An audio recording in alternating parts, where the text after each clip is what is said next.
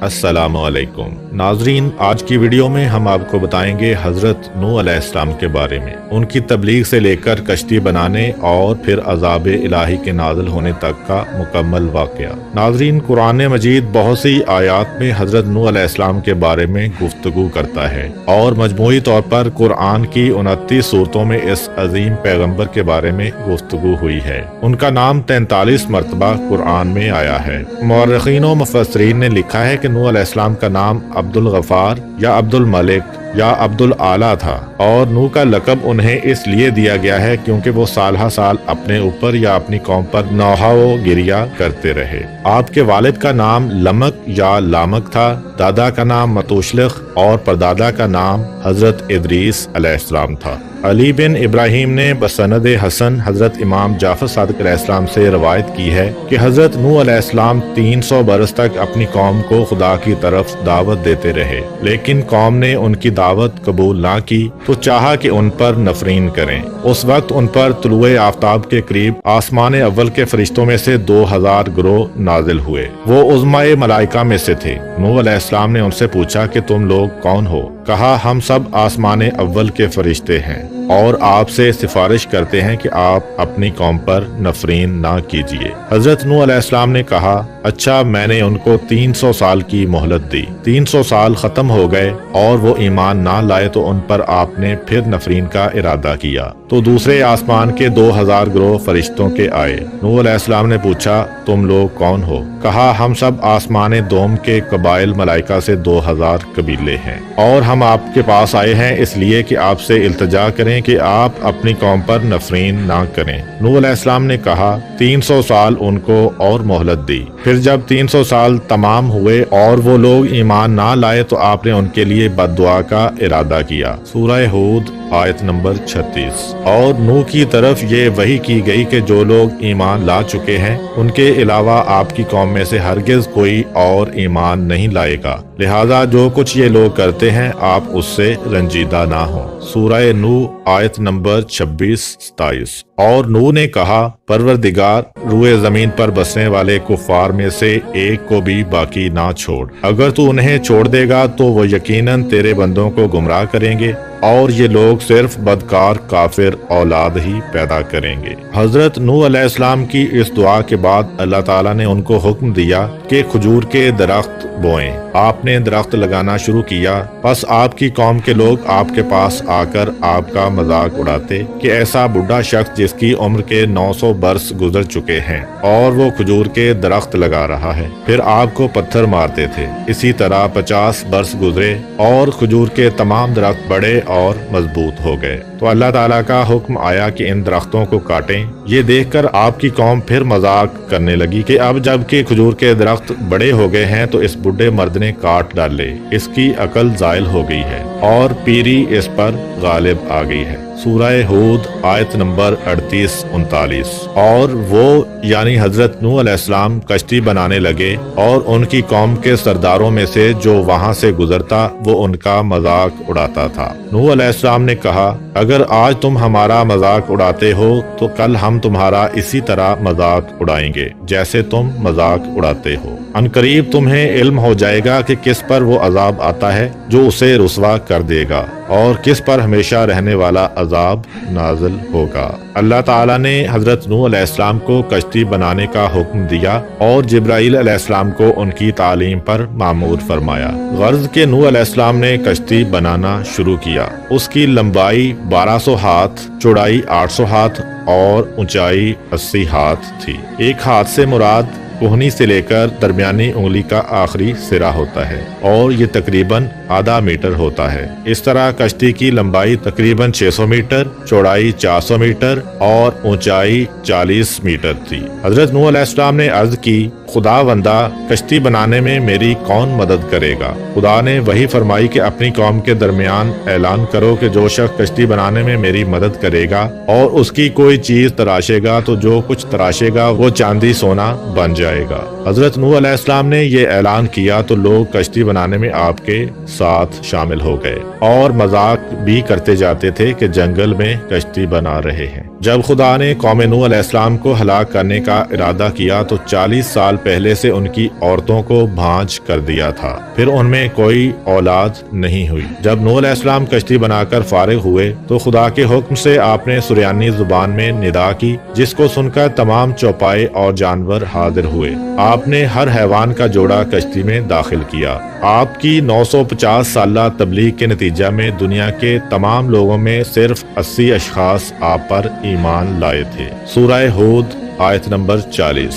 یہاں تک کہ جب ہمارا حکم آ گیا اور تنور سے پانی ابلنے لگا تو ہم نے کہا، اے نوح، ہر جوڑے میں سے 2 کشتی پر سوار کرو اور اپنے گھر والوں کو بھی سوائے ان کے جن کی بات پہلے ہو چکی ہے، اور ان کو بھی سوار کرو جو ایمان لا چکے ہیں، اگرچہ ان کے ساتھ ایمان لانے والے بہت کم تھے۔ کشتی مسجد کوفہ میں تیار کی گئی۔ جب وہ دن آیا جس روز خدا ان کو ہلاک کرنا چاہتا تھا، نوح علیہ السلام کی زوجہ تنور میں جو مسجد کوفہ میں مشہور ہے روٹی پکا رہی تھی، اور نوح علیہ السلام کشتی میں اس جگہ جو جانوروں کے لیے مقرر تھی ان کی چیزیں جمع کر رہے تھے۔ اسی دوران زوجہ نوح علیہ السلام نے آواز دی کہ تنور سے پانی ابل رہا ہے۔ نوح علیہ السلام نے آ کر تنور پر کچھ مٹی ڈالی اور اس پر مہر لگائی کہ پانی باہر نہ آئے، اور جا کر تمام جانوروں کو کشتی میں داخل کیا۔ پھر تنور کے پاس آئے اور مہر توڑی اور مٹی ہٹا دی۔ آفتاب چھپ گیا اور بجائے اس کے کہ قطرہ قطرہ پانی برسے،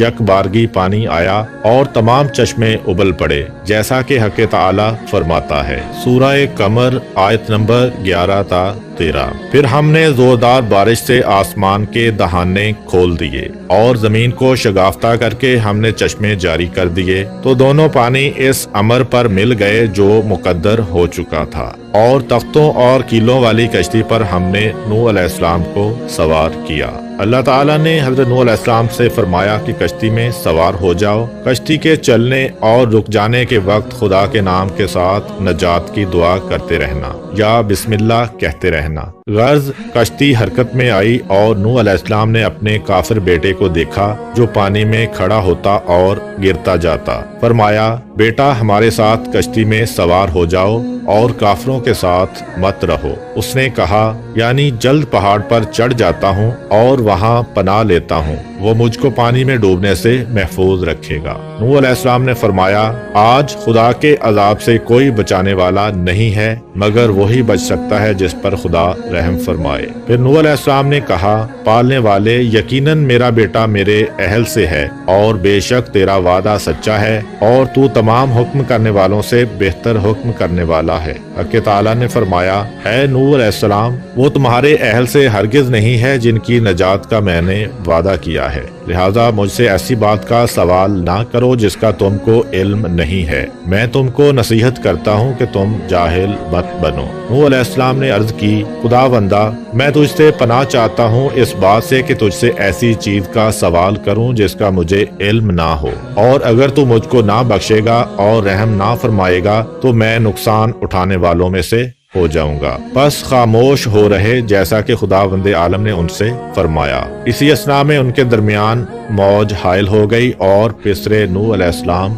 غرق ہو گیا۔ کشتی مڑی اور اس کو موجوں نے تھپیڑا دیا یہاں تک کہ مکہ میں پہنچی اور خانہ کعبہ کے گرد طواف کیا، کیونکہ کعبہ کے سوا تمام دنیا غرق ہو گئی تھی۔ خانہ کعبہ کو بیت العتیق اسی لیے کہتے ہیں کہ وہ غرق ہونے سے محفوظ رہا۔ غرض 40 روز تک آسمان سے پانی برستا رہا اور زمین سے چشمے ابلتے رہے، یہاں تک کہ کشتی اس قدر بلند ہوئی کہ آسمان سے جا ملی۔ تو حضرت نوح علیہ السلام نے اپنے ہاتھ بلند کیے اور عرض کی، یا رحمانہ اتقن، یعنی پروردگارہ احسان فرما۔ اس وقت خدا نے زمین کو حکم دیا کہ اپنے پانی کو کھینچ لے، جیسا کہ قرآن مجید میں بیان ہوا ہے۔ سورہ ہود آیت نمبر 44۔ یعنی کہا گیا کہ اے زمین اپنے پانی کو جذب کر لے اور اے آسمان برسنے سے رک جا۔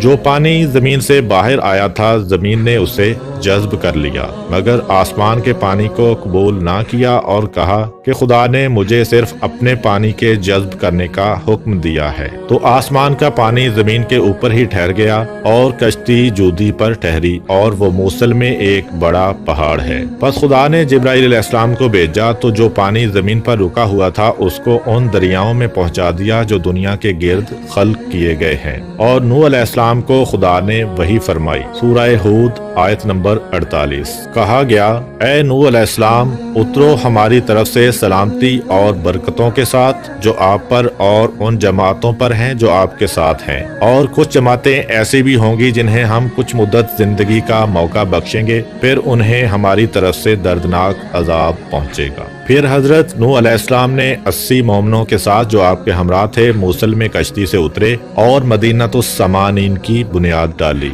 हजरत नूह अलैहिस्सलाम के 3 बेटे साम, हाम और याफिस भी उनके हमरा कश्ती में सवार थे। मुर्रिखीन का नजरिया ये है कि कुर्रे जमीन की इस वक्त की तमाम नस्ल इंसानी की बाज़गश्त उन्हीं तीनों फर्जंदों की तरफ है। एक ग्रोह हामी नस्ल है जो अफ्रीका के इलाका में रहते हैं, और दूसरा ग्रोह सामी नस्ल है जो मशरक़ वस्ता में रहते हैं, और याफिस की नस्ल को चीन के साकिनीन समझा जाता है। चूँकि तूफान नूह के बाद नस्ल इंसानी हजरत नूह अलैहिस्सलाम के फर्जंदों से आगे बढ़ी, इसी सबब से हजरत रसूल खुदा सल्लल्लाहु अलैहि वसल्लम ने फरमाया कि नूह अलैहिस्सलाम 2 पिदर में से एक पिदर हैं, यानी हजरत आदम अलैहिस्सलाम के बाद तमाम इंसानों के बाप हैं। इसी वजह से हजरत नूह अलैहिस्सलाम को आदमे सानी भी कहा जाता है। रवायात में आया है कि हजरत नूह अलैहिस्सलाम की कश्ती पूरे 6 माह सरगर्दा रही। ये मुद्दत इब्तदाई माह रजब से लेकर जिल हज के इख्तिताम तक थी। एक और रवायत के मुताबिक 10 रजब से लेकर रोजे आशूरा तक कश्ती पानी की मौजों में सरगर्दा रही।